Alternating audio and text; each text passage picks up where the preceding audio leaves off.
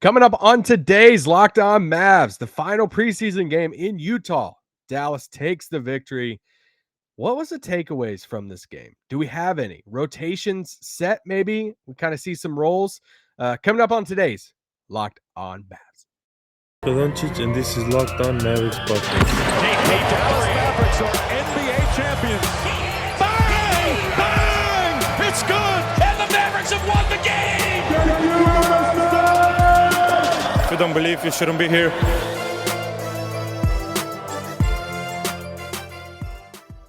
Welcome to Locked On Mavs. This is one of your co-hosts, Isaac Harris, half of Locked On Mavs, contributor to Mavs.com, to Mavs Studio 41, to the Corner 3 that's playing again, week 2 of that on 97.1 The Freak on Saturday. But tonight, on Friday night, the Mavericks played the Utah Jazz in Utah. New branding. Shout out to the Jazz and their incredible rebranding. I did like the crew neck sweatshirts for Utah tonight, but rebrands kind of tough out there. But Utah loses tonight to the Dallas Mavericks 101-115. Dallas takes this, their final preseason game before they get things kicked off in Phoenix coming up on Wednesday. So yeah, this is going to be a shorter pod because it's kind of a bonus pod for the weekend.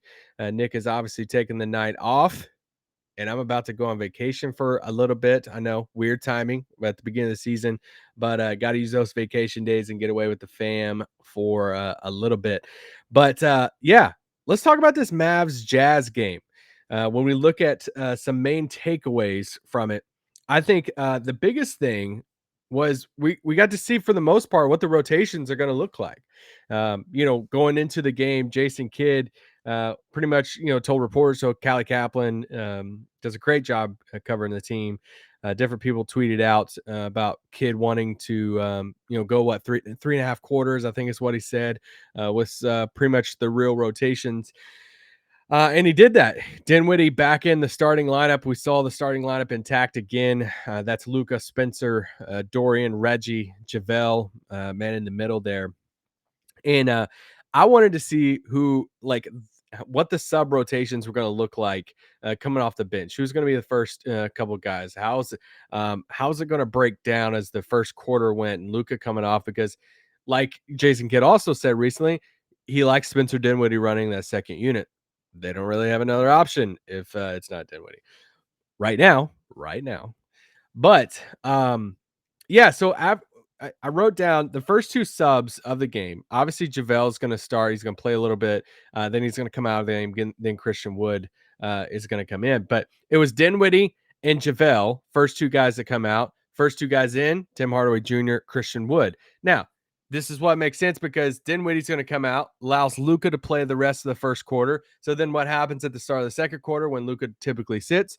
Dinwiddie comes back in, and then Dinwiddie can run the second unit. So I think this is what we're going to see most nights is that. Now, after that, who are the next two guys that came into the game? If you watch the game, you know that. But then it was Maxey and Josh Green. And so I thought that was a little telling, just that, we've seen, I think Callie got a quote from Jason Kidd before the game talking about Jaden Hardy. And basically Kidd saying, hey, Hardy's just on the outside looking into the rotation, which if you've been listening to this podcast, this is what we've been talking about, this Jaden Hardy role, that this is probably what it's going to be. When I've been joking about Jaden Hardy being the a great victory cigar, and a few of you came after me about it, but it was no disrespect to him. This is just the role. The role he played tonight is the role I think he's going to play a lot this season. And what happened? He came in the fourth quarter and he played some minutes there towards the end of the game. And I just think that's going to be his role right now. It's going to take a little bit of time.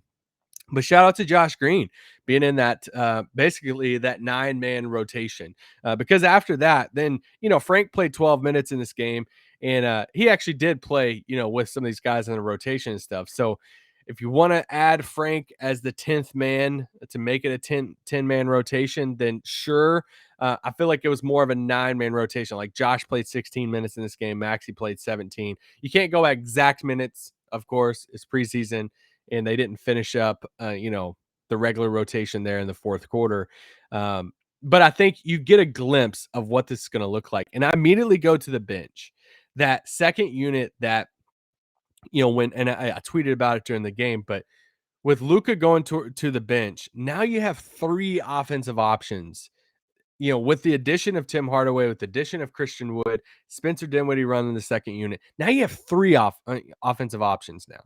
And it's like that's something that I think we're going to see come into play throughout this year. That last year, yes, some of these numbers did look good when Luka was off the floor, but man, you had to place so much faith into just Jalen Brunson and these guys just hitting 3-pointers, and now you get this kind of 3-man offense firepower, however you want to word that, in Christian Wood, Tim, and Dinwiddie, that it at least makes me, I mean, you the listener might feel a little different, at least makes me feel a little bit better of like, hey, Luka's sitting on the bench right now. We have some guys that can score. I do want to talk about Dinwiddie just for a little bit. I thought he struggled a little bit in the first half. I think he struggled in preseason as a whole. And, if you've a normal listener to this pod, I'm all in on a big season from him.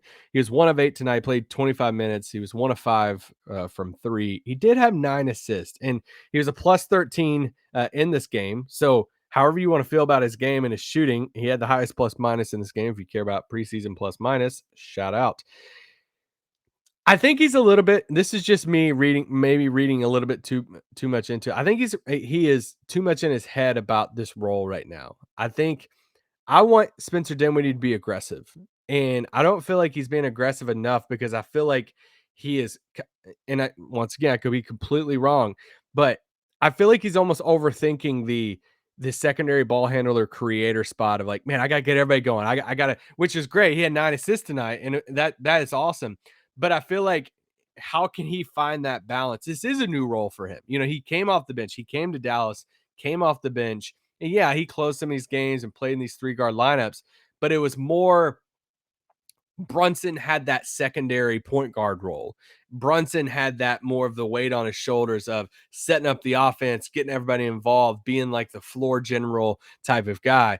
For Dinwiddie last year, it was guns blazing, like go out and get your buckets, do the sidestep threes, drive to the basket all the time. So what's the balance for him? And that's where I think it might take a little bit of time. That it feels like he hasn't been as comfortable in the preseason, but I think it will get there. I like this role of him playing alongside Luka in the starting unit there, and I think he'll get used to it. I just want, what's the balance of being aggressive, being the version he was last year, while also being that secondary point guard when you're running the second unit, getting everybody involved at the same time. So shout out to Dinwiddie. Yeah, let's take a quick break, and then I want to talk about Christian Wood and Tim Hardaway Jr.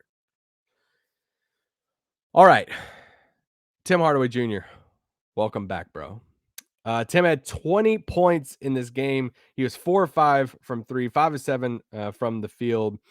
He looked so confident out there. He hit 6 of his 10 free throws in this game. This is the duo off the bench, right? Like Christian Wood in this game played 22 minutes.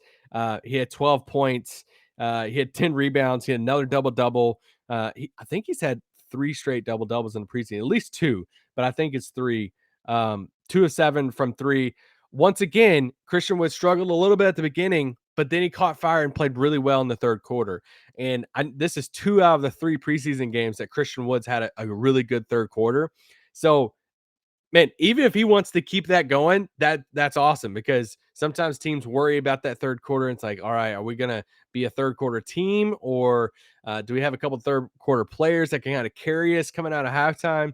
But yeah, this is just he had another really good third quarter there, and I thought he hit a couple of those back-to-back threes. I think it was Walker Kessler that was just giving him too much room. Like, all right, what's y'all's Christian Wood scouting report here? Because Christian Wood's going to take this 3, and he's pretty good at shooting threes. So then he hit another 3 after that. He had a couple pick and roll plays with Luka, and that's the cool thing about Christian Wood, right? Like, he can do the pick and pop, he can do the pick and roll. Playing with Luka should be a lot of fun for him. So Yeah, he couldn't get in a groove early on both ends. He had a couple blocks in this game that I thought were pretty good, but some of his rotations, especially early on, they played some zone in the first half, and I was really watching that, and it was really noticeable if you watch the game that Mike Conley brought the ball down the floor, and Maxi's at the top of this zone at the top of the 3-point line. It's like, wow, 6'10 Maxi here at the top. Because at first I was like, wait, is he picking up Conley? And then it's like, oh no, quickly realized that they were in a zone. Um, and when you're in a zone, man, it's so much talking, so much rotations, covering for each other. It's just it's a different type of beast when it comes to the defensive end of the basketball. So yeah, they'll hammer that down. Um, I want to see how much they play zone this year. I'm fascinated by that. We've seen a couple quotes, coming out about that. Them working on the zone stuff in the preseason. We saw it obviously tonight, or in training camp is what I meant. And yeah, I want to see how much they lean into that. Luka Doncic had 24 points in this game. He was 2 of 9 from three. A lot of his threes were hitting front iron. It felt like he was a little tired in this game. Not to do the elevation thing, but a little elevation stuff in Utah and all that. So 9 of 18 from the field. He's 50% from the field, obviously. So didn't play much in the fourth quarter for Luka. They actually played some of their starters more into the fourth than what I thought. But yeah, I think for me, it was just, the big thing I was watching this game were the rotations. And it's like, all right, now I got a feeling of what they're going to be doing when it comes to that first game in Phoenix. McKinley Wright played the last five. We basically the second half of the fourth quarter, we got some of these guys, McKinley Wright, the Jaden Hardy minutes. Theo Pinson played a little bit. Tyler Dorsey, shout out to him, hitting 2 threes at the end of this game. For a guy who could be fighting for a spot to hit 2 threes there at the end, that has to feel good because he's known for his shooting, and he's been struggling in the preseason, to say it lightly on that. But he had both his threes, and I was happy for him in that. But I'll be curious to see what happens with McKinley right now. They wanted to see one more game of him. What happens over the next 48 hours, basically, for McKinley Wright? Does he get converted to a two-way spot? Does he grab the other roster spot? Does he get waived? There's all these different options that can happen with Wright. We're obviously still seeing what happens with Facu Campazzo. If you were questioning like, hey, why haven't we signed him yet? They're just waiting. Let's just see what happens around the league. News of Kemba Walker getting waived in Detroit. However you feel about Kemba versus Facu.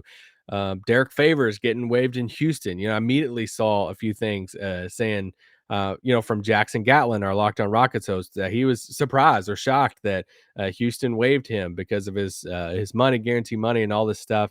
So you just never know who's going to get waived, that there could be a player out there, another point guard that gets waived, that Dallas is like, actually, we kind of like them over Campazzo. And it might sound sucky for Facu, but that's probably the spot they're in. And yeah, I mean, we could get the Facu news sometime over the next few days if that's the route they want to go. Anything else in this game? Dang, I don't got anybody to talk back to me here to tell me that. But JaVale and Luka connected on a few alley-oops that were pretty cool. And JaVale's catch radius, man, I think they even mentioned it in the broadcast. It was just, it's just a lot of fun for a guy like Luka and all of that. So I think JaVale and Luka will have a lot of fun together. Dorian struggled with his 3 early on. Then he ended up hitting three threes in this game. But I'm not worried about their shooting. Not worried about Reggie and Dorian's shooting. They'll be fine. I came away more encouraged by what I saw from Tim Hardaway. And just having that duo of Tim. I know we all joked. Greg St. Jean, assistant coach, was on this pod back, a month or so ago, dropping the same line of, hey, Tim's like a free agent. But in a way, it's like we laugh about it. They didn't have Tim for most of the year. They definitely didn't have Christian Wood. And the guys that gave up for Christian Wood were just expiring contracts who never played. So, you're basically getting Christian Wood and Tim Hardaway, adding them to the second unit for free. And that has to mean something. they wanted to get better on offense in their bench unit, and they did. And if you go into it and say, let's just say you watch the first half of Christian Wood and you're like, dang, like, all right, nothing's really clicking out there. He's not really hitting the shot. Just ball's not finding him in the right spots. Well, then they got Tim, and Tim was hitting shots. Well, what if you watch a half of basketball and Tim Hardaway is just bricking shots, or he just doesn't have it that night? We've seen that plenty of times as Mavs fans. But guess who could have it that night? Christian Wood could go off for like 25, 26 points off the bench that night. So just having two options of guys who can come off the bench and give you that spark and be kind of that microwave type of scorer at two different positions, I think it's really cool and really beneficial for this team. So I like that two-man combo coming off the bench, and I think Maxey spells them well. I think Maxey, Christian Wood, front court duo coming off the bench is really fun. And I want to see more from Josh Green. He was 0 of 2 tonight from 3. He didn't really get a lot of those open shots and stuff from the corner that we think he can get, but he was everywhere though. He's always going to try hard. We know that. So Frank had a couple good moments, but that's the rotation. I mean, I think that's it right there. You're going to see this 9-man rotation. You're going to see Tim and Christian come off the bench first. You're going to see Maxey and Josh sprinkled in. And then what's that Frank Ntilikina role look like? Is it Frank? Is it Facu? Is it another, guard out there?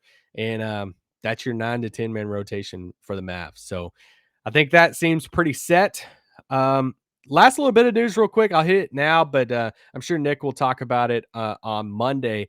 But the Dallas Mavericks announced today that they're going to be unveiling the Dirk Nowitzki statue, the statue that we've all been waiting for. We all can't wait to take a picture with.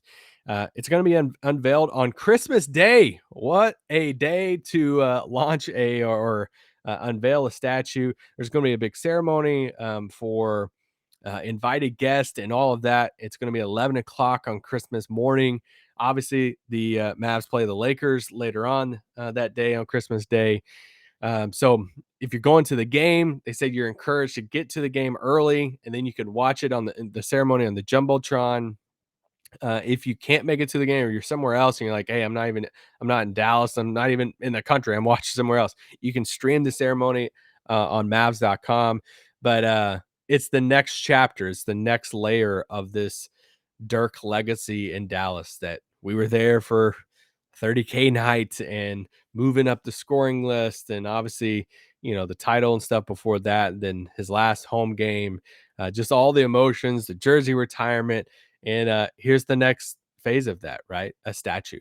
And I cannot wait to see that. And it can't happen for a better guy. I'm really curious on where it's going to go, the exact location of it. I think they're going to be shutting down some of the road there, Nowitzki Way and all of that, and for the ceremony and stuff. And should be a lot of fun. Yeah.